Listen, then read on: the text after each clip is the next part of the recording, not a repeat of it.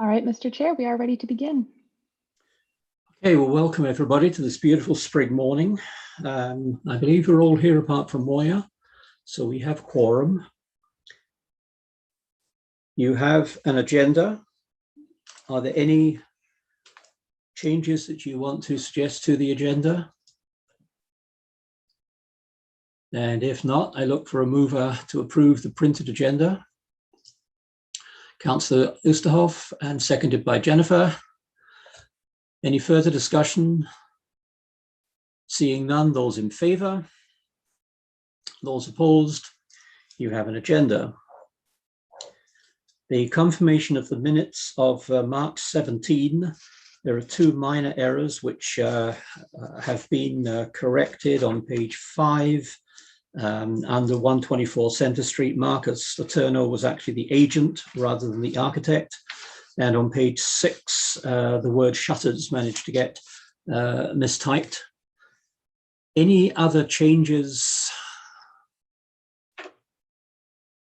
Jane.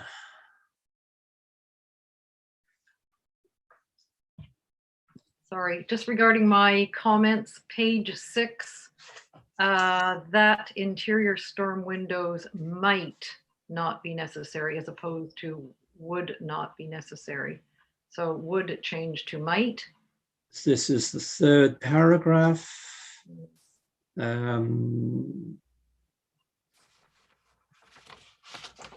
not be. Okay, in line 1, 2, 3, 4, 5. Thank you. And then again on page 11, regarding Wellington Street, whether need, so something's missing there. It should say read whether the necessity of ground-mounted lighting had been considered.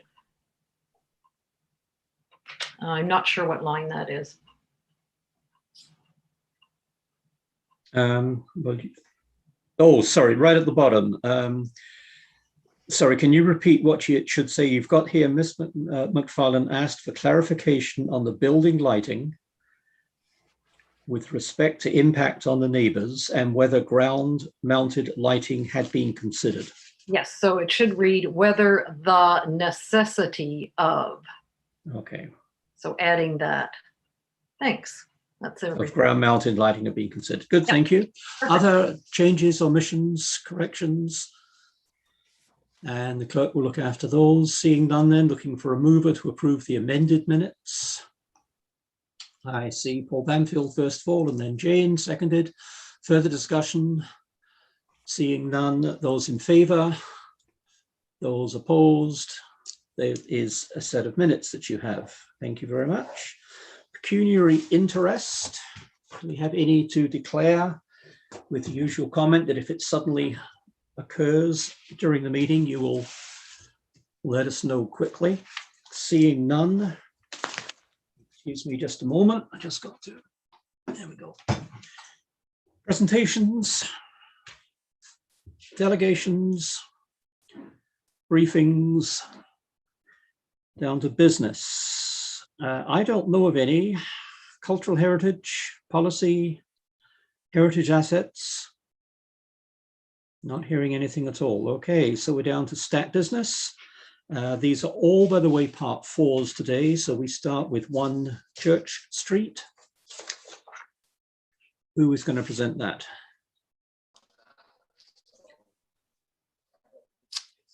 I am Mr. Chair. Hello. And hi. I will just start by saying that hello, good morning. Good morning, Heritage Kingston members. I can't make any promises that a child might not burst in at any moment because I do have 2 out of my 3 kids home right now, and it is certainly a challenge. So I'm just preempting that because it could happen. Fully understood, okay, Alex. It joins the cats and dogs. Yes, exactly. Through you, Mr. Chair. So I'll be presenting 1 Church Street, as just previously mentioned, designated under Part 4 of the Ontario Heritage Act. So we have an application under Section 34 of the Act to renovate and enlarge an existing 2-story rear addition, as well as to renovate an existing detached garage to the rear of the property. Next slide, please. So 1 Church Street is located at the northeast corner of Church Street and King Street West in the village of Portsmouth. Next slide, please. So One Church Street was designed by William Coverdale in 1856 as part of a two-story double stone house with 665 King Street West, and likely it was constructed the following year in 1857. Next slide, please.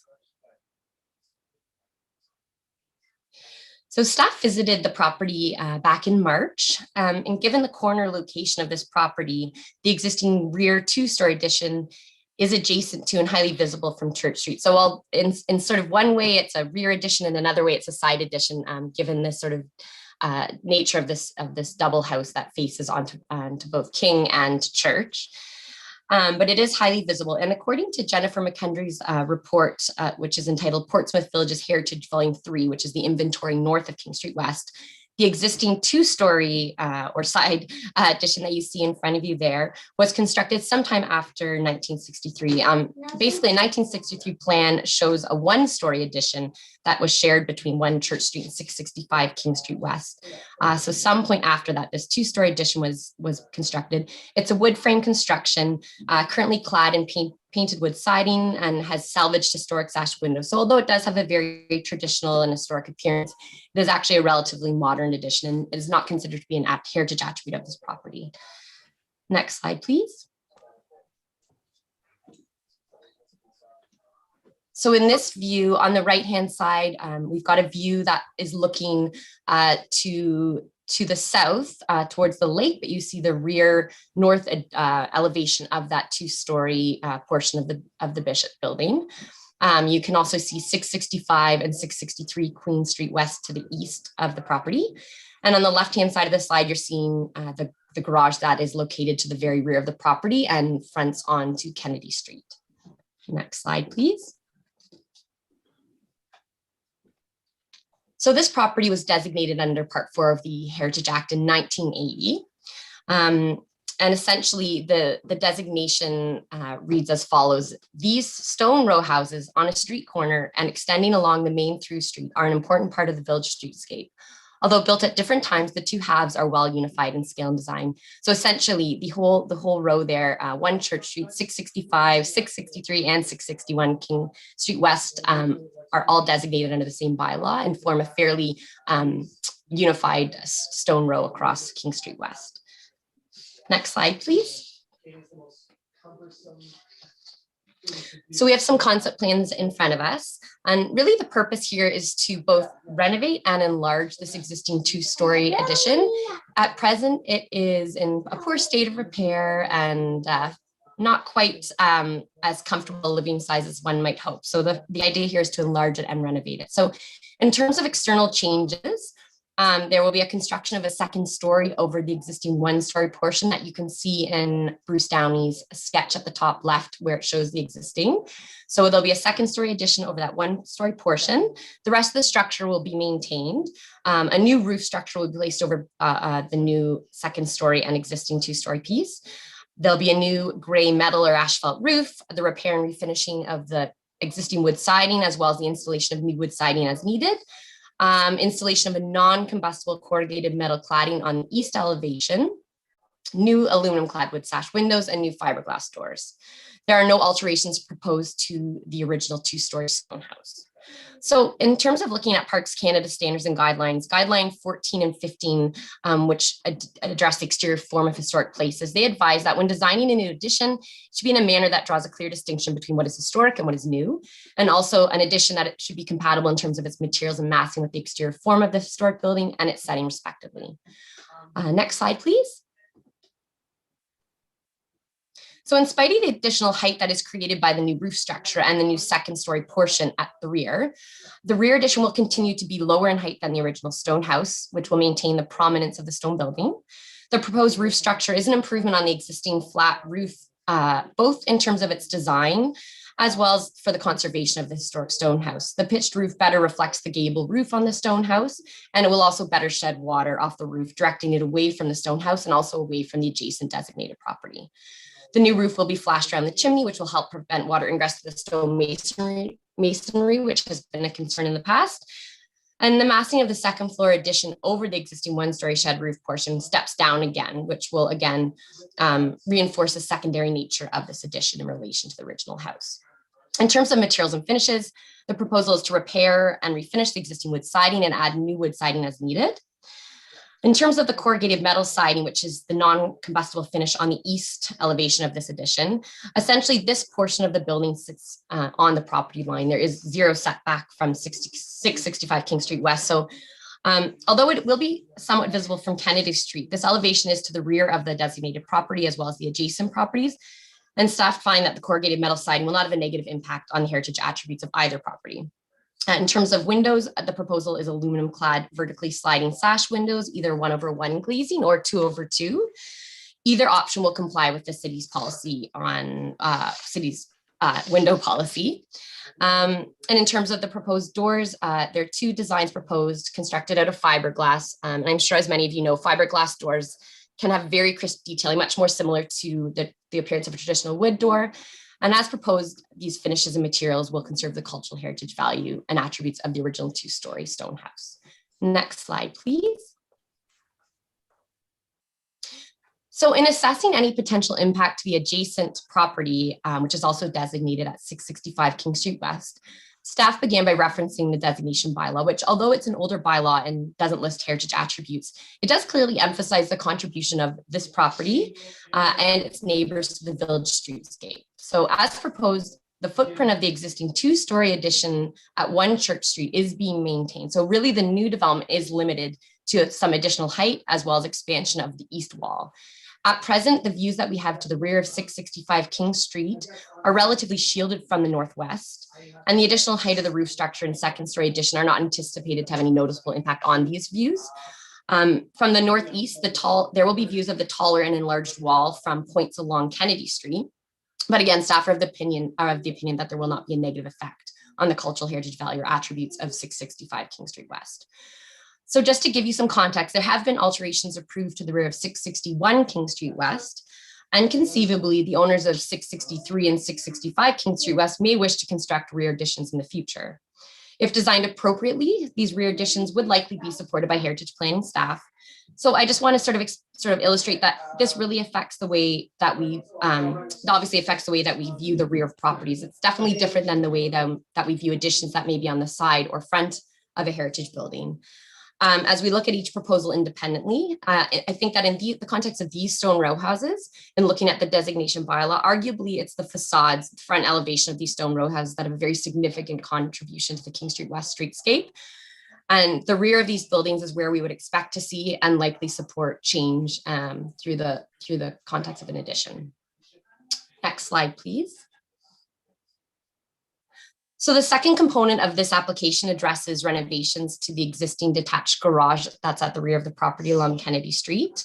External renovations include a new roof, either gray asphalt and metal roofing, new aluminum clad wood sash windows, again, a new fiberglass door, a new bay window on the south elevation, the filling in of a ground floor window on the north elevation, as well as a new 24-inch window opening at the loft level on the north elevation. Again, there'll be new wood siding on the east elevation, which is currently exposed block work, and a refinishing of existing wood siding and trim.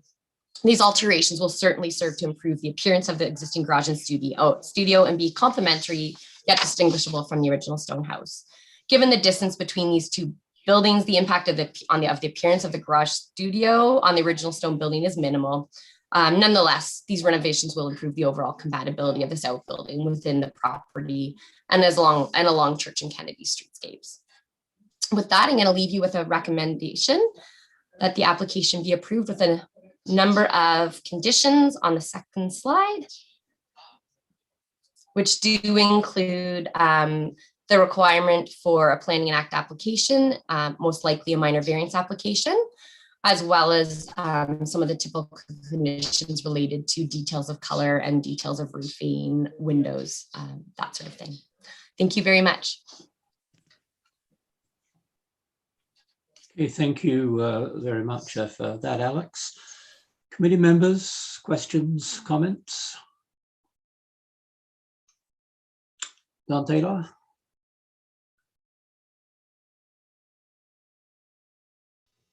Yes, thanks for the presentation, Alex, and thanks, Bruce, for a very clear set of drawings and so on. I do have, excuse me, I do have a question about the roof of the addition. And I noticed when we were looking at this earlier that the roof is a bit of, it looks a bit busy. And I suppose there was some good reason for that, but I really don't see the reason for that. What I think I see is a false dormer. Why should there be a false dormer on this addition?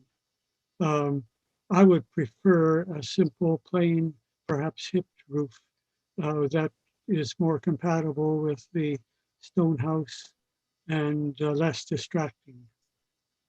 Okay. Thank you. Bruce, do you want to comment? Sure, I'd love to. Good morning, everyone. Good morning. Welcome back. Good to see so many familiar faces. Fantastic. Good to see you all. I did have that little peaked dormer on the back. It primarily serves for ventilation the roof space. I wanted to diminish the volume of the back addition so it has a cottage roof where it shapes around on two sides, as this is the way it will be perceived from Church Street. But I wanted to ensure that I had appropriate ventilation for that roof, and I prefer ventilation on a side wall as opposed to in a ridge vent if I can get it. And so I created that little peak so I could get a sidewall vent or an end wall vent in that gable in order to ventilate the roof. That's the purpose of that. Thank you. And I assume you can't install ventilation facing the neighboring property. Yes, I could. You mean like in a roof vent, like in a regular hooded little roof vent that goes in? Well, I was thinking of a vertical vent. I see what you mean, Don. The issue with it facing the neighboring property is that is supposed to have a fire separation to it. And so I'd like to have that fairly solid across that wall, if I can get that. Okay, thank you. Now, one of the other points that I can make, and that is that the slope of the roof of the addition is meant to match the slope of the main house. So that's what created that. All those angles were created by trying to align with the slope of the main house. Thank you. Okay, thank you, Bruce. Thank you, Don. Councillor Doherty. Thank you, and through you, Mr. Chair. I thought, and thanks, Alex, for the presentation. I really appreciated the east side drawing, because when I first looked at this application, I was really concerned about the impacts to the neighboring property. Bruce, I wonder, so the drawing really shows with the dashed marks where the existing neighboring property is, and I thought that was the really helpful part. But on that side, the application is proposing corrugated iron sheeting instead of wood siding. But all of the backyards are still heritage, and corrugated sheeting has an industrial look, a modern look, and I'm just wondering about the impact to the neighboring properties. Sure.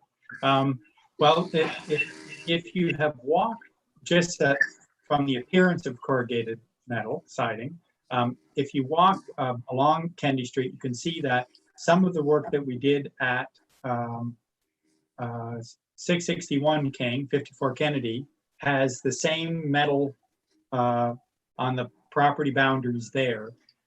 Corrugated metal siding, it is pretty old. It's been around for a long time, but it hasn't been pre-finished too often. It's usually rusty in appearance, and it's difficult to purchase the rusty type these days. So we have the pre-finished ones, and we need a non-combustible material on that wall.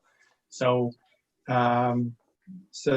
that seemed to be the least, the most historically correct. In other words, metal finishes were either pressed metal, like metal shingles, or they were corrugated, like I'm showing. They didn't tend to have, historically, didn't tend to have the sort of board and batten type profile metal. So that is more of a modern influence to the production of metal siding. Corrugated has become pretty popular. So it appears that it is a modern contribution, and it makes things look pretty crisp and clean for sure, but it's actually a very old profile. And I'm intending, I do have to do a bit of work that I was describing to Alex when we were doing our walk around there, that the neighbors have secured a shed, kind of a shed pergola to the side of that building. And so we're going to have to remove that to put that metal on. That's a little bit of a complicated assembly that I have to work on there, because it should have a fire rating to it, but it's totally wood frame. And that structure has been built, I will term it, fairly economically. So we need to improve its robustness with a new wood, and also hopefully add metal structure on the inside. So we have to totally restructure that particular east wall in order to meet fire regulations, and the wood and the metal siding in the outside is just a combustive component of that gives us a very thin skin, so we don't have to encroach anymore. I know it's a long answer, but that's all the thinking that's gone into that metal siding that's on that side. Thanks for that. Did you explore fiber cement as an alternative that could match the rest of the siding of the building? Fiber cement? No, I did not. I did not look at fiber cement. Because that can often, you can get that to match the wood siding. Yes, I have to say that I prefer, I can't get it to match exactly the wood siding. It would be a type of siding. It would, for sure, that would be definitely a possibility to have something that looked like wood there. Yeah. Okay. Thanks for that.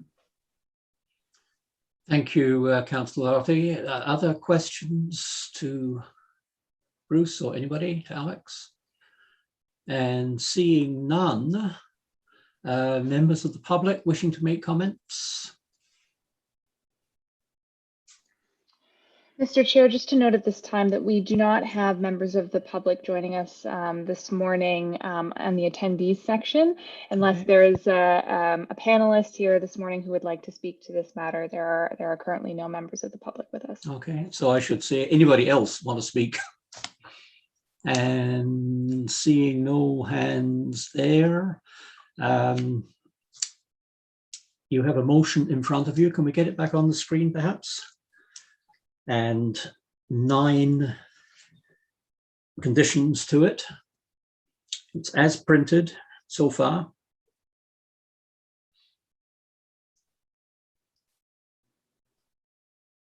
Thank you very much. Looking for a mover for that motion. And of course, I've just lost my screen, sorry. Looking for a mover is Councillor Oosterhoff. Looking for a seconder, Don Taylor, thank you. Now we can go back to the other one. My apologies for that. Questions, comments, last thoughts? Through you, Mr. Chair, can I make one more comment, please? I'm not sure if you can, Alex. Oh, okay, never mind. Madam Clerk, can Alex make a comment?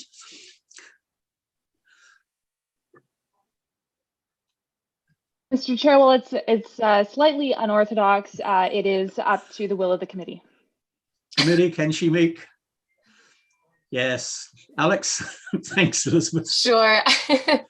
Thank you. Through you, Mr. Chair, I did want to add just 2 more comments. One with regards to the suggestion of the fiber cement board, just for the committee's interest in researching fiber cement board for my own property and understanding non-combustible materials. Fiber cement board certainly is a good option, but as as Mr. Downey pointed out, you can't get it in, it's not easily obtained in a narrower width. So often 6 inches of exposure is sort of the minimum you can get. So it doesn't often actually align with more traditional wood siding. So that's just something to kind of keep in mind. And as Bruce mentioned, the thickness of the wall assembly, it's also going to have a thicker depth in its profile than metal. And the other point I just wanted to add as a moment of support is in seeing how 661 King, that project, the heritage permit was approved a few years ago. The results there, I was lucky enough to see the fruition of a heritage permit, which is always really satisfying. And the work there is extremely high quality. And this is the same owner at One Church. So to sort of just give you a sense of confidence that the execution of the work is very impressive. Thank you. Okay, thank you very much. Donald Mitchell. Thank you, Mr. Chair, and through you, I don't want to take a lot of time, but I also thought it would be remiss if we didn't mention, and I would reference in the report, the goal of Section 7 in Kingston's official plan, the whole idea of preserving heritage so that it can be enjoyed by people. I found the whole presentation of the report, the research into it, and the execution was very welcoming. I walk this area a lot. But the other point I wanted to raise was that opportunity of the workspace studio and the orientation of the building, I think will create traffic, will be very pleasing to people. And I just think that we often talk about just built heritage, but I think the intangible heritage, the way that people experience the neighborhood, the way that that studio is set back from a green space and the way the door orientations are along that street, although that may not be the primary heritage view. I just wanted to congratulate them that I felt that as a layperson of the public, that was executed very well. Good, thank you for saying so. Councillor Oosterhoff. Yeah, I just appreciated those comments from Donald there. That's how I felt as well. I echo those words. Very, very, very well done. Good, thank you. Other comments on the motion? Paul Banfield.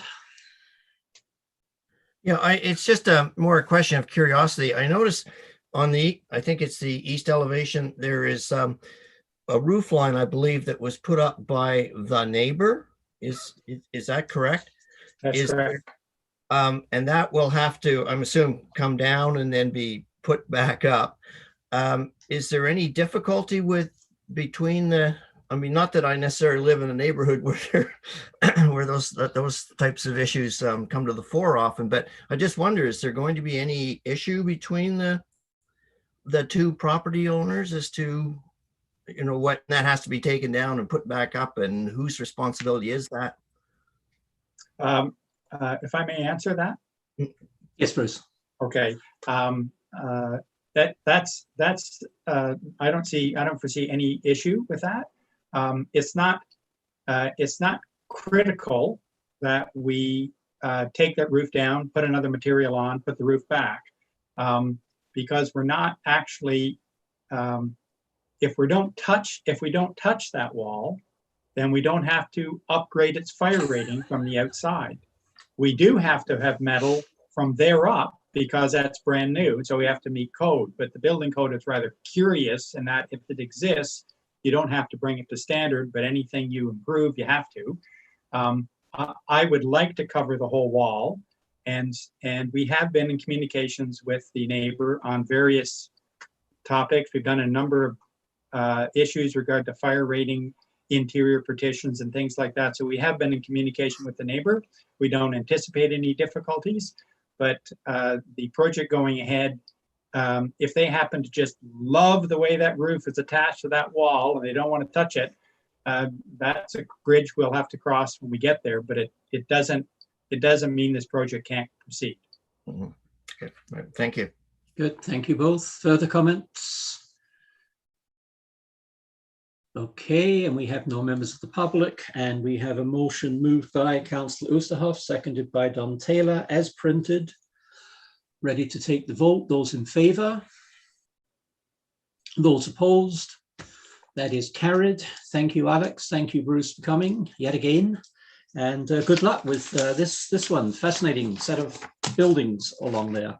Thank you.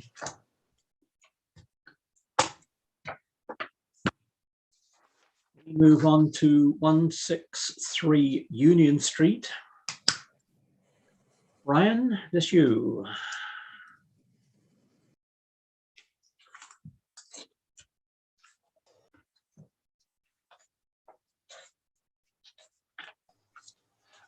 Good morning, Mr. Chair. I too will start with a preemptive warning that I have little ones within close proximity to me, so there may be interruptions. I have tried to restrain them as best I can at this point. So the application that we're presenting first is for 163 Union Street. Go to the next slide, please. It's on the corner, the northeast corner of Union and Albert Streets, adjacent to Queens Main Campus. Next slide, please. The property contains a 2-story cream-colored stucco-covered brick dwelling built in 1879. Next slide, please. A consent application was recently submitted to create a new building lot on Albert Street. This is the Albert Street view. It was conditionally approved and it's the location of a proposed dwelling, which is before this committee today. The severed parcel continues to carry the heritage designation on title. Next slide, please. Some current views of Albert Street to give you a bit of context on where the new building is going. So next slide. The property is designated under Part 4 of the Ontario Heritage Act in 1987. While it's on one of those older bylaws, there is a description included here on the slide for your reading. The primary heritage attribute on the property, of course, is the dwelling from the 1870s, including its entrance and such. So next slide, please. So what we're looking at today, this is the proposed severed lot that was conditionally approved by the Committee of Adjustment almost a year ago now. The application is under Section 33, a Part 4 application. It's to construct a new 2-unit dwelling. The new dwelling, next slide, please. The new dwelling will be 2.5 stories tall, but shorter than the adjacent heritage buildings. It's an end gable roof clad in black asphalt shingles. Is to be set back beyond the front wall of the adjacent heritage buildings and include a covered front porch made of wood. The front half, can I get the next slide, please? This just gives you a demonstration of the height. The building will be lower, of course, than the heritage building on the right, and which actually should be 163 Union, not 169. And it's actually slightly taller or shorter than the building to its north on the left. Next slide, please. The front half of the building is to be clad in a red brick. It's a brand from Brampton brick. It's called old school, excuse me. While the rear half is a dark gray steel. The applicants wish to gain heritage approval. One more slide, please. And this is showing the brick at the front and the steel at the back. Next slide, please. And the applicants are looking to get approval for a 1.8 meter tall shadow box style wood fence unpainted. That's to go between the two, between the new building and the heritage resource. So in terms of our review, it was determined through the approval of the severance application that the erection of a dwelling in this location would be consistent with the pattern of development in this area and have a negligible impact on the heritage attributes of the protected property. A heritage impact statement prepared by Mr. Scheinman and submitted as part of the severance application recommended several design considerations that would help to ensure that the new dwelling would not compete or detract from the heritage attributes and prominence of this resource. And these included setting the building back from the road and beyond the front wall of the heritage building, ensuring the new building was no taller than the adjacent heritage building, siting the driveway on the north side of the lot, and creating a screen along the shared lot line between the new building and the heritage building. Each of these recommendations, as you can see, have been incorporated and considered by the applicant in this application. It is somewhat unusual that we are looking at an application for a new dwelling on a Part 4 individually designated property. While the subject property is not in a heritage district, infill development in HCDs are more common, and one can take some guidance from the policies of the district plan in this regard, and that's what staff did, in addition to looking at the federal SNGs and best practices documents. So both the Old Sydenham and the Berryfield plan encourage infill projects to take inspiration from the adjacent pattern and design of development, and to maintain the typical height, rhythm, and scale of existing streetscapes in order to unify the districts.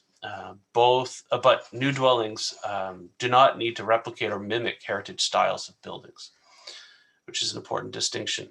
The applicant's design for the new dwelling, as illustrated in the concept plans and the agenda, comply with the acceptable best practices in heritage conservation by presenting a building with appropriate scale, proportions, materials, and architectural features that are common in the area, and do not take away from the prominence, in our opinion, and the cultural heritage value of the adjacent heritage resource. So in terms of comments we received, the building division notes that a building permit is required. They have a number of technical considerations that will need to be addressed as part of their building permit review. Forestry notes that there is a tree permit required in order to address the city-owned tree in proximity to the new house. And there's a number of technical requirements from both Utilities Kingston and Kingston Hydro that, again, will be addressed at a building permit stage. Where applicable, we've included some of those as conditions of approval. And in response to the circulation to this committee, the comments we received are summarized in Exhibit D. There was general support for the application, but there were some suggestions to a number of changes to the details of the new building, window design and size, cladding type, and the like. And those were all provided to the applicant. I believe representatives or the applicants are present today. The staff, now while staff support the application as presented, we too can support some of the suggestions made by committee members, such as the sash windows and the unified cladding materials on the south part of the building. We would caution, there was a suggestion to add additional windows along the shared lot line, the south part of the building. Given the comments from building that needs to be fire rated, that may not be possible, but we have provided those comments to the applicant for consideration. So next slide, I believe, is our recommended motion with a number of conditions, Mr. Chair. And I believe Mr. Leclerc Desjardins is here, as well as Mr. Scheinman to speak to this application if necessary. Thanks. Great. Excuse me. Thank you very much, Ryan. And I note their presence, and we'll see if committee members have questions to them. Committee members, questions on this application?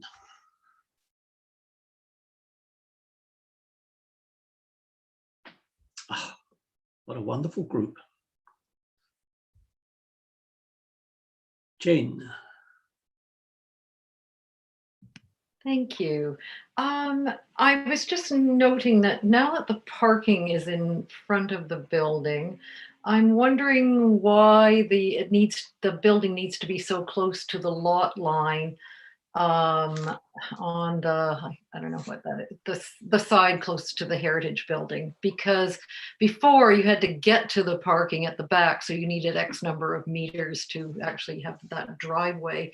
But now that the parking has been moved, the building's been moved back and parking is out front, the whole building could be shifted over a bit so that it's not so close. I'm just thinking about maintenance and so on. It's always hard to access there. So that's one question. I don't know if you've thought of that. The other, I would still like to put in a bid for considering hung sash windows, especially on the front of the house. I just think it would look better for the streetscape. There you go. Okay, thank you very much. Ryan, do you want to answer those, or do you want to refer them on to others?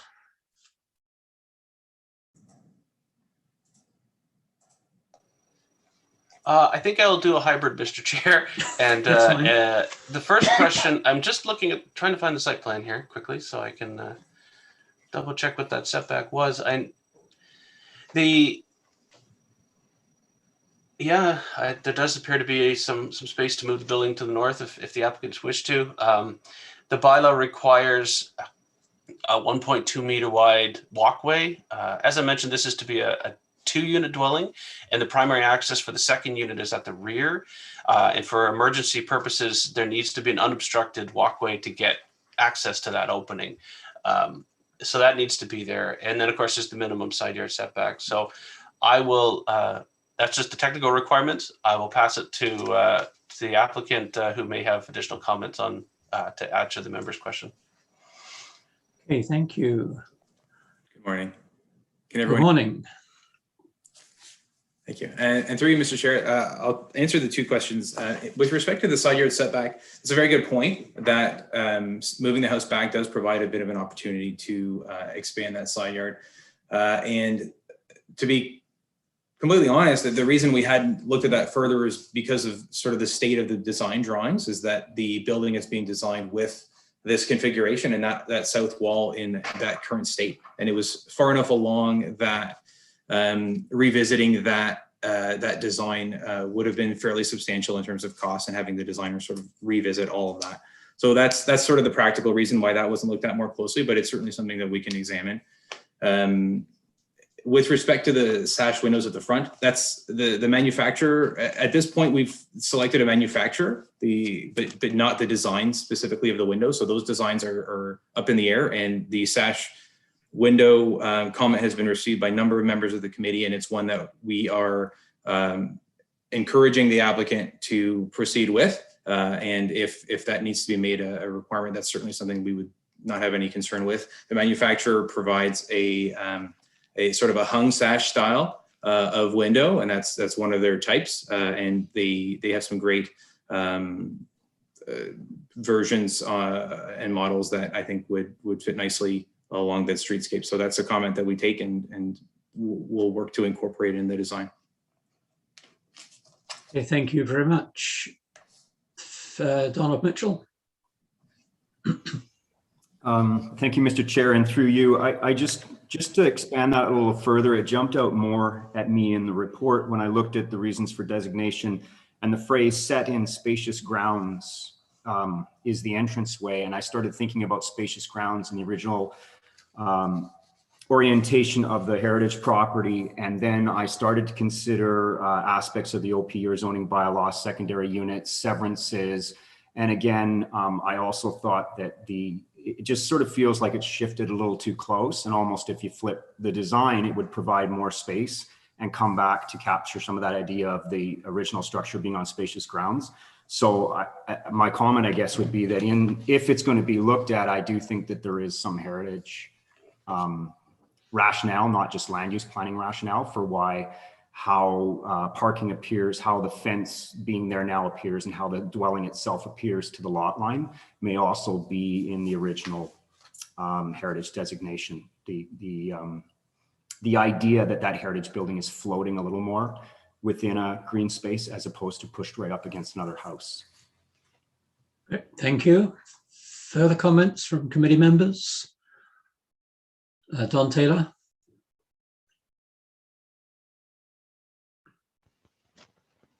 Yes, I recall that the first version of this house design, the front wall was essentially aligned with the other brick houses further up Albert Street. And I was very disappointed that decision was made to move it back. And to me, well, I regret it because one of the objectives of the design of this building was that it would look comfortable with the brick houses along Albert Street, and having the same setback from the street is an important part of that. And so I understand that there's some setback requirement or allowance requirement that makes it necessary to have the parking in the front and move the house back. I just want to make the point that I think it's unfortunate that heritage appearance loses because of some requirement, or at least modern requirement, for setbacks and safety and all that sort of thing. We see this everywhere. And, I think we have to, as a committee, we have to ask the question: is it really necessary to for the heritage considerations to be considered secondary? So my question really is to the applicant: would they consider asking for a variance, a zoning variance, to allow the front wall of this building to be aligned with the other brick houses along Albert Street? Mr. Leclerc-Dejean. Thank you, and through you, Mr. Chair. That is a conversation that I had with the applicant, and the answer is no with respect to a minor variance. I think the applicant and we share Mr. Taylor's concern in that this was not the option that we initially wanted, and it's certainly why it wasn't what was originally proposed. However, it was this scenario with the house setback is in line with the recommendations from the original heritage impact statement that were developed for this lot. And the reason for not pursuing a minor variance are sort of twofold. One is that there was a minor variance application. The nature of the variance application that we would need to pursue would be of a type that was recently denied by the committee because of the sort of the nature of the ask in terms of what we would need to ask for in order to bring the house closer to the street and have the driveway and walkway shared. And secondly, it's a bit of one. It's the concerns that were sort of raised originally when the consents were brought forward. There were two lots proposed on this property as part of his severance application. One lot was denied by the Committee of Adjustment and is under appeal, and this one was approved by the committee, and that's why we're working through it.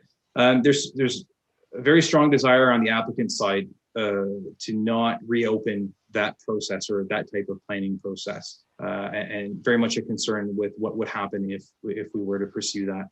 So the design of the site was revised very much to remain consistent with the recommendations of the HIS, with that in mind, trying to ensure that it would still be supportable to this committee.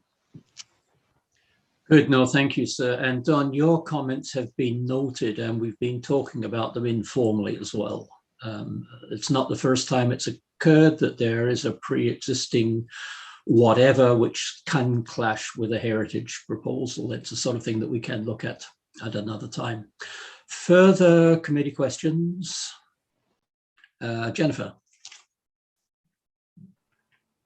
Sorry, I guess I'm confused on why you guys have to have a further setback than the edge of the existing buildings. Is that just because what got approved by the committee was further back, like Committee of Adjustment? Or, yeah, I guess that's my question. Because I was just reading through Photon's thing, and it's saying that no closer to this street than the flanking heritage buildings, which are like much closer. Yeah, Ryan, can you remind me what the change there, why the change there took place? Thank you, Mr. Chair. It's not actually the front yard setback that is the issue here. The requirement is an unobstructed access to the rear entrance of the second unit on this building. And the reason the building had to get pushed back was to accommodate the required parking, which can no longer be accessed by the lane that was initially proposed to go along the north side of this building. The problem arises when cars and emergency access compete for the same use of the land, and it's a bit of a safety concern if there's cars parked and limiting access to the only entrance into a primary residence, and that's what the conflict is. So to accommodate that access, the building had to be shifted so that the parking wasn't brought from the rear to the front. That's how it got pushed back. I hope that clarifies, Mr. Chair. But thank you very much. And Ms. Gummo, if you'd like to comment as well. Thank you, through you, Mr. Chair. I just want to mention that Ryan's, of course, completely correct. This consideration does disappear if the entrance for the second unit isn't around the back. So just to provide that additional context. Thanks. Okay, thank you. Jennifer again. Yeah, I understand that. I just don't know why the parking couldn't be side by side, and then that eliminates sort of that problem. You get way more, you get an entire 6 meters extra to move the project forward. Okay, unless others want to comment on that though. It's one of those difficulties of infill always as well. Okay, other questions from the committee? If I may. Yes, Mr. Deschardins. The answer to that question is a zoning one. The zoning bylaw has minimum and maximum driveway width requirements. And if we were to try to propose side-by-side parking, we wouldn't comply with the maximum width. That's fundamentally the main reason we couldn't do that. Okay, thank you very much. Other questions? Seeing none, other members present or other people present? I know there are no members of the public. Anybody else who wishes to comment here? And seeing none, then I look for a mover and a seconder for this. Moved by Councillor Doherty, seconder by Donald Mitchell. Thank you very much. Discussion?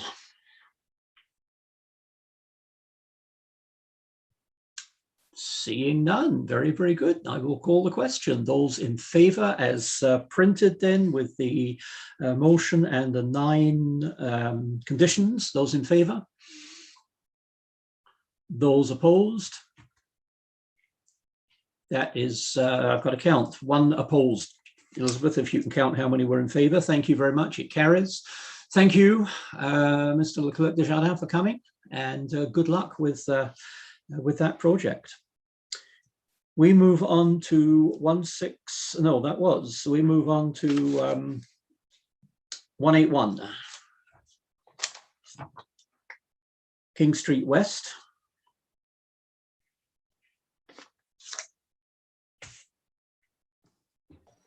Thank you, Mr. Chair. This one I'll be presenting as well.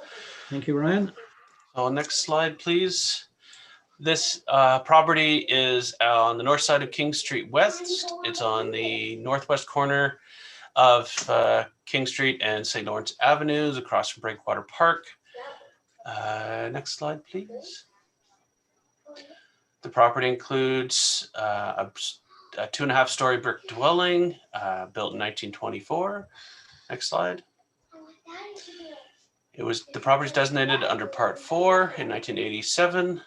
The write-up is, again, brief, and it mentions architect Colin Drever, who designed the 1924 dwelling for Queen's professor, Professor Nice. Then the central entrance with fan lights, side lights, protected by a small arched roof portico, is the main feature on this well-proportioned house, which is an important note as that is the crux of what we're looking at today. So next slide, please. So this is the front covered porch. The application is for an alteration under Section 33, which again is Part 4. To restore and repair this main covered front porch. The wood porch with steel roof is in an advanced stage of deterioration. However, the full extent of the deterioration is not yet known at this time. The applicant, on behalf of the owner, is proposing to take detailed measurements of the existing porch and fully assess the condition of the porch as they carefully disassemble and repair it. Those existing wood features that can be repaired will be conserved. Those features that are beyond repair are to be replicated with light wood material to match existing size and profile. The steel roof, which is, I believe, is the next picture, is in an advanced stage of deterioration. It is to be replaced with a matching steel roof in the same profile. The current color is to be colored match. If it's possible to go back 1 slide, it might be helpful, please. So in terms of our review, the federal standards and guidelines state that the existing heritage contributing porches should be repaired rather than replaced. It is best to retain and repair as much of the original material as possible in order to conserve the authenticity of this feature. However, the porch should also be repaired to a safe and stable condition and to slow its continued deterioration. As porches deteriorate more quickly than other features and are replaced over time based on taste and need, it is difficult to know exactly how much of the porch is original. However, given the condition and the materials, I would wager to say that most of this porch is probably original to the 1924 house. The current porch design is specifically noted in the designation bylaw as an important feature to this property, and it clearly shows signs of deterioration. The extent of the deterioration, however, is unknown. The applicant is proposing to assess the porch's condition through exploratory measures, including partial disassembly and prepare plans to repair the features that can be repaired and replicate those that are beyond repair. Staff have included a condition of approval requiring the provision of these restoration plans for review and approval. The arched metal portico roof, as I mentioned, is beyond repair and is proposed to be replaced with a new metal roofing. And a condition of approval has been included that requires all architectural detailing, including the arch roof, be retained and repaired or replicated in this, if necessary, in a form that matches the existing detailing and design location size on this building. In terms of our circulation, a building permit was noted to be required for this work. The committee was circulated on this, of course, and your comments are compiled in Exhibit D. Responding members noted general support for this application. And our next slide, 2 slides from this one, would give you the recommendation, Mr. Chair, and we recommend approval of this application with a series of conditions. And I believe Mr. Garofalo is present, who is the applicant for this application. Thanks. Good, thank you very much. Committee members, questions, comments? Don Taylor?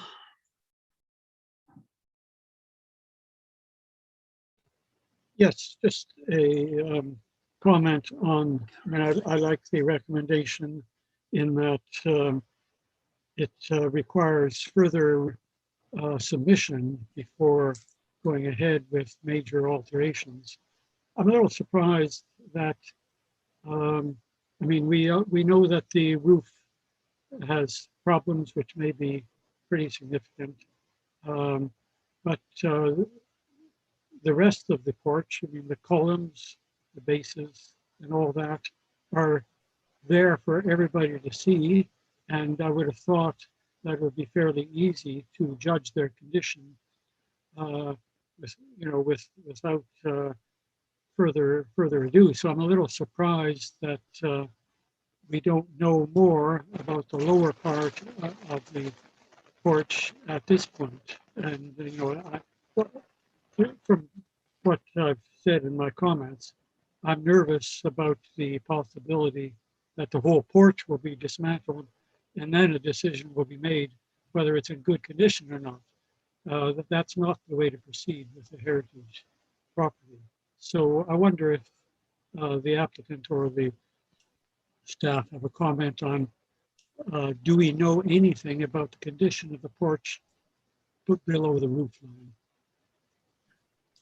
Ryan or Mr. Garofalo?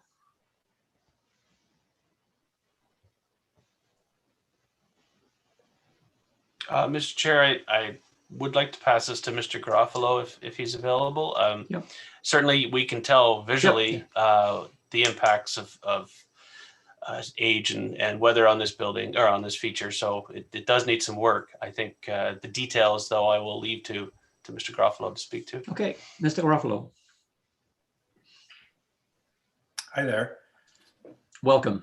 I don't know if you can see me okay, but yes, we're just fine. So when I did look at these columns, the columns themselves seem to be pretty solid.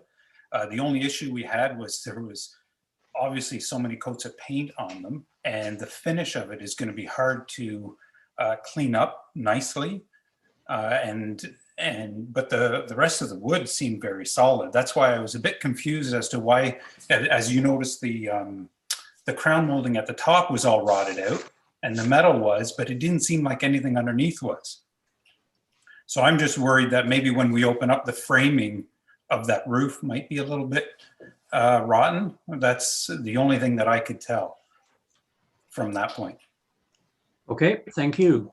Don, does that satisfy you at present at least? Yes, thank you. Yeah, good. Thank you. Thank you, sir, for helping us there. Other questions from committee members? Okay, and seeing none then, I look for a motion to put this on the floor. Don Taylor moving and a seconder. Jane, thank you very much. I presume that there, sorry, I should have asked if there were any more members of the public, but I presume that there were not. I'm not seeing any. So you have a motion on the floor, discussion on that motion. And it's 7 recommendations. Oh, excellent. Last chance. Okay, done. Yes. I just assume that if serious problems are found in the columns and the bases and so on, necessitating major work, that the committee will hear about it through staff. Yeah, that has been noted. Staff is present and it's on literally on record. So thank you for that comment. Other thoughts at this point before we vote? Donald Mitchell. Thank you, Mr. Chair, and through you, I paused on this before, but I'm just going to mention it because and I've done repairs of similar nature before, but I guess my concern was looking at the deterioration up above, and you can also notice it in the wood on both sides of the door as though snow or something's been pushed up there, and it's the way that the pieces of wood have been fused and the finish that's been put on the wood sort of speaks to whether it's actually worked or not. And so not to offer any expertise, but I just wondered when the repair occurs, looking at some kind of best practice about how all those individual pieces of wood are fused together and whether or not you can get a tighter bond so that moisture can't get into a lot of those joins, which would then get inside the area you can't see and can rot from the inside out. It just seems to be an Achilles heel of that particular design. So I just want to raise that maybe there's opportunity to look at that aspect to prevent the same thing occurring again in say 15, 20 years. Yeah, thank you very much for that comment, and the change that's taken place over 100 years since it was put up as well. Further comments on the motion, which is on the floor? And seeing none, then I'll ask those in favour. Those opposed? That then is carried. Good luck, sir, with that project, and do keep in touch if you need to. Thank you very much. Thank you. And that moves us on to 291 Princess. Who's looking after this one?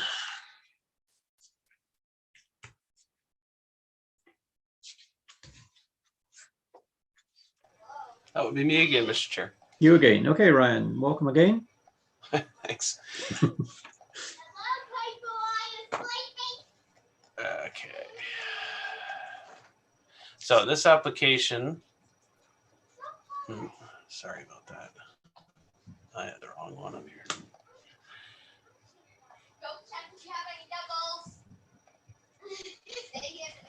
Sorry, bear with me 1 second. So this is at 291 Princess Street. It's on the north side of Princess. Can we go to the next slide, please? At the northeast intersection with Clergy Street. The property includes, next slide, please. The property includes a series of stone row mixed-use buildings, 2.5-story and a 3-story building. Next slide, please.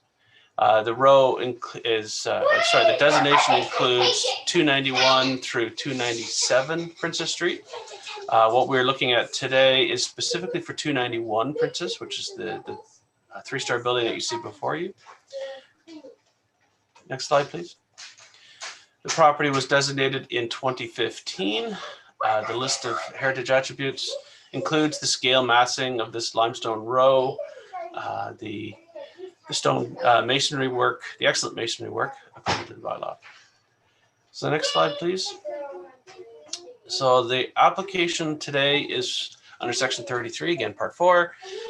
It's to request the approval to install a new wall sign The sign will advertise a new commercial tenant on the ground floor unit. It's a gourmet pizza and pasta restaurant named Sindbad. The wall sign is, next slide please. The wall sign will be individual, internally illuminated LED letters, approximately 0.4 meters tall by 2.5 meters long, mounted on a 14 centimeter wide track. The letters are to be red tone with black trim. The mounting track is to be colored to match the stone, so a beige gray tone.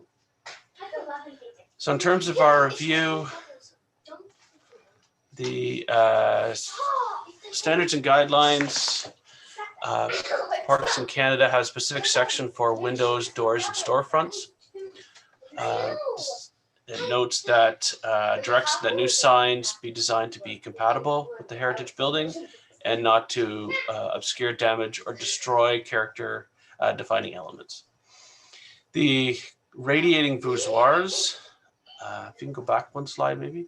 The radiating voussoirs above the likely original ground floor openings are noted in the designated bylaw specifically as important heritage characteristics of this building and attributes. Often, as a result of taste and need along the ground floor, fenestration of commercial buildings along Princess Street are altered over time.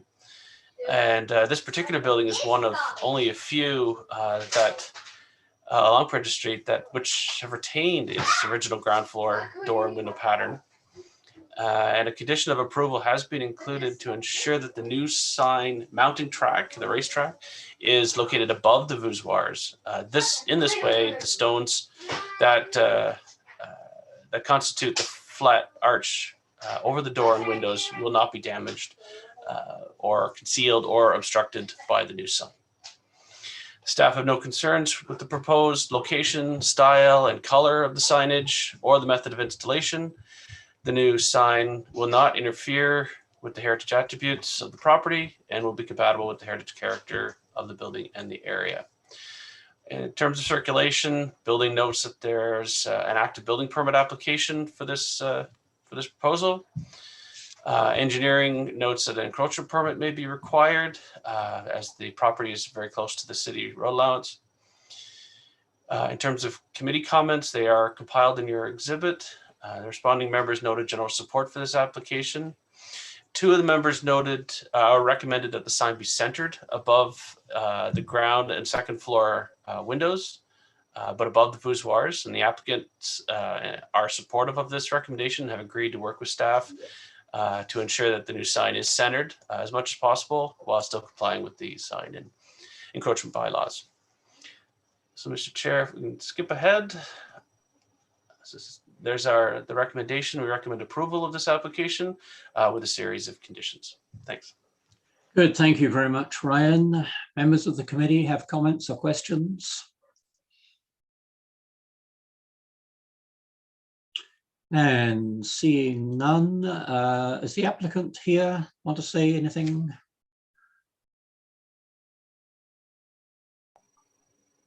I believe Mr. Rana is the applicant, Mr. Chair. Mr. Rana, if you wish to make any comments. No, I am okay. If you guys have any question, just let me know. Okay, thank you very much indeed. We move on then to, Councillor Oosterhoff, yes, sir. Yeah, sorry, Mr. Chair.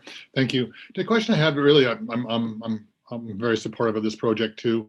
But are we going to have the same level of questioning on the sign and the appearance as we did for the McDonald's one? I think diagonally opposite that, are we going to have similar concerns? I haven't heard anything, and I just think that it might be fair to do that, but also it's similar context, is it not? I'm not going to answer that one. I will wait and see if there are concerns and questions. I see a difference, but looking at committee members and offering the time for them to make comments, I would suggest, and this is purely a suggestion, that this one is much simpler. It is simply a business name, which is, I think we all agree, has to be there for a business. and it does not do anything else to the building at all. And that is the difference in my mind between this and other applications which have made major changes. Okay. Or attempt to make. I just thought I'd throw it out there because there is a look, but you're right. It's not positioned in the same dominant positioning and seen from a greater distance. So I can see that, but I'm just wanted to know that. Well, this is a strange committee, Councillor Oosterhoff. We will spend hours on one application, and the next moment the same thing will go through in 2 minutes. Donald, you had a question there. Thank you.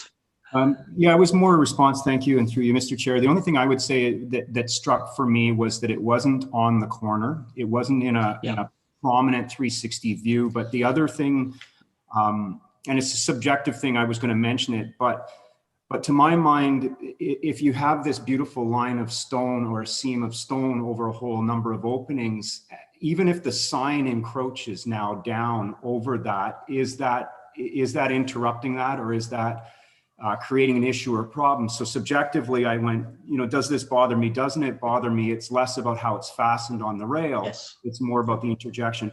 But again, when I looked at it in context to the building beside it, I looked in context to the floor above where you're able to see the stones, and came to some relative compromise and felt that as a whole, taking the three buildings, for me subjectively, it didn't seem as big of an issue. The McDonald's was a total different visual to me. And so my impression of that came across different, and it wasn't my responses that led to it. But for me, subjectively, when the final design came along for the McDonald's front, that staff had really worked with the applicant was amazingly forthcoming and giving in the way that they reacted to people's comments. I found a very big subjective difference from the first design of McDonald's to the final design. But those would be my comments on the difference. Okay, thank you very much. We're looking for a mover on this. Oh, Jennifer, are you commenting? Yes.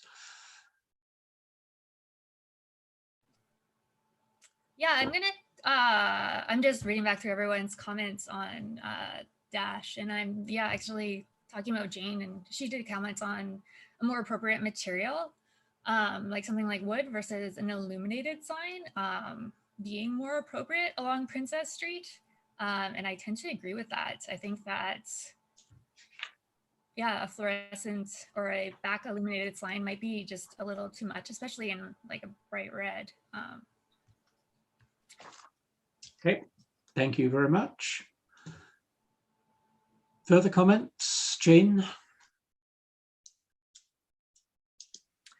Yes, I'm just going to reiterate yet again my comment that wood is a more appropriate material for signage. There are places on the Market Square that have wood signs. Terra Foods, Mark Raymond's, Gracie's, Reed's Furniture. They all advertise the business just as well as an illuminated sign. And this is actually a really exceptional building because it seems to have the original storefront. So I would like to put it to the applicant to, it probably should be a material that is slightly more historically appropriate. However, I would also say that the way this sign is designed, it's not obscuring any heritage attributes, and sounds like if the raceway, which I was a bit concerned about initially, is going to be colored to match the limestone, then really we're just seeing these letters sitting out there. But again, I'd like to say that the letters could be made out of wood and it would be a more appropriate material. Thank you.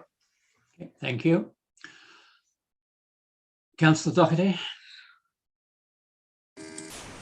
Thank you, and through you, Mr. Chair. I just want to say that I totally agree with Jane, and I don't see why we keep getting these applications for these, I think, what would be relatively ugly, plasticky, metal-y signs instead of very attractive, truly compatible wooden signs that I don't think it would affect the success of the business whatsoever. And I was surprised actually that staff said it was compatible. I actually don't really see it compatible, but I guess we don't have any kind of real rules for businesses and along Princess Street, and maybe that's what we're lacking, some kind of signage guidelines for Princess Street. Thanks. Okay, thank you. And I see Ryan nodding. Further questions, comments?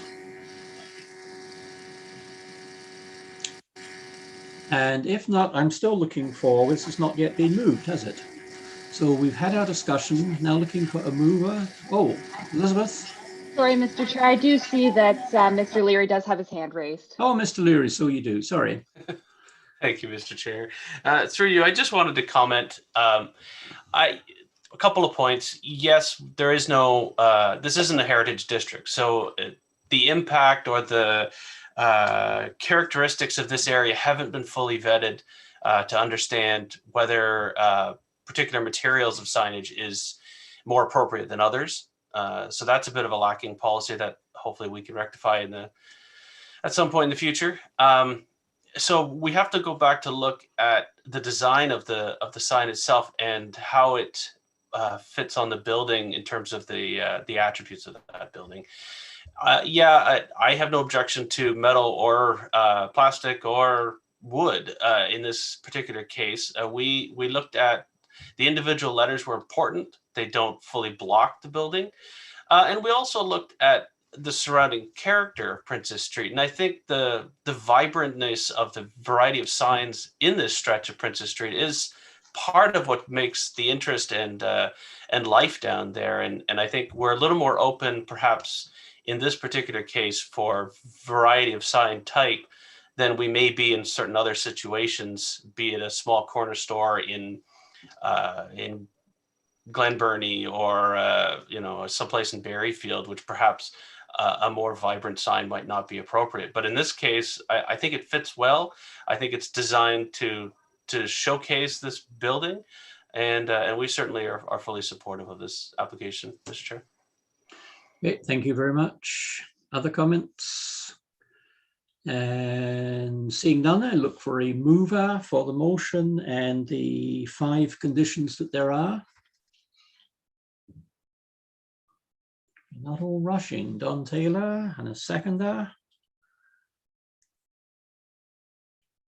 A lot of thinking going on. Don Mitchell. Okay, further discussion on the motion and the 5 recommendations as printed. Don Taylor. Well, just comment. I mean, I certainly understand and sympathize with the people who would really prefer wood signage, which works very well elsewhere.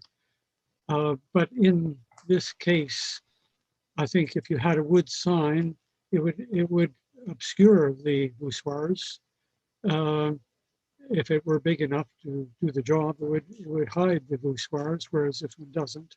And also, if it's not illuminated, you probably need to install some lights to illuminate it. And so on the whole, I think this kind of lighting is, well, it has some advantages that to me are acceptable. So I'm supporting the application. Okay, thank you very much. Other discussion? Last chance. Okay, seeing none then, those in favor of the motion and the recommendations as printed. Those opposed. And that is a tie vote. Madam Clerk, instruct me. Thank you, Mr. Chair. It is a tie vote. In the event that there is a tie vote at a committee, it goes forward to council with no recommendation and council makes the final decision. Okay, thank you. And I think the councillors know the problem that we have come up with, and that is the guidelines for Princess Street or lack of them, etc., etc. And you've heard arguments on both sides if you need to speak at council. Okay, thank you very much for that. Thank you for being with us, Mr. Rana. We move on to working groups, and you have a meeting notes from the Heritage Kingston Review Working Group. Any questions on that? And then you have emergency approvals. Any emergency approvals, Ryan? None to report this month, Mr. Chair. Excellent. Motions? I don't think there are any. Notices of motion? Other business? The correspondence you have from the Ontario Heritage Trust. The date of the next meeting of this committee is May 19, but I would remind you that next Tuesday we have a public meeting to discuss the Heritage Easement Agreement on the Capitol, 223 Princess, and I believe that you'll be getting all the paperwork for that later in the week. And I need a motion to adjourn if there's nothing else. Councillor Oosterhoff, Jennifer Demeter, thank you all very much. Go out and uncover your daffodils and whatever else has to need to be done. Thanks, everybody.